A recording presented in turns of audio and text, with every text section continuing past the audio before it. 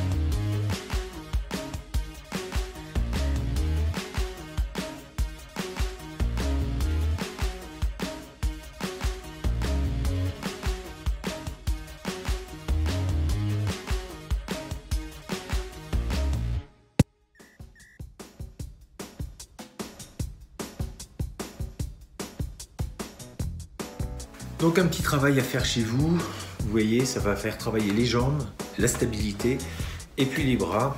Vous faites en fonction de ce que vous pouvez faire. Si vous pouvez faire plusieurs petits cercles, vous en faites que 2, 3, 4, 5, 10 éventuellement dans un sens et dans l'autre. Donc le premier, les bras, on les met comme ça, comme ceci. On place les bras comme ceci. Position un peu de l'arbre, hein, pour ceux qui connaissent éventuellement, qui font des formes de Qigong. C'est une forme qu'on retrouve assez souvent, qui est faite pour renforcer ne serait-ce que les bras. Ça rend tonique, c'est assez efficace, c'est plutôt pas mal. Le deuxième, c'est les bras sur les côtés, plus ou moins tendus, paume vers le haut. Et pour le troisième, bras comme ceci, au-dessus de la tête. Ça va donc renforcer un petit peu les bras. On ne cherche pas à développer le côté musculaire, mais plutôt le côté tonique, avoir un petit peu du répondant dans les bras. Et en fait, en travaillant ces formes-là, ça les développe plutôt pas mal.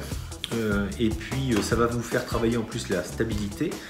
Ça va renforcer la jambe d'appui et assouplir cette jambe qui va se mettre en mouvement.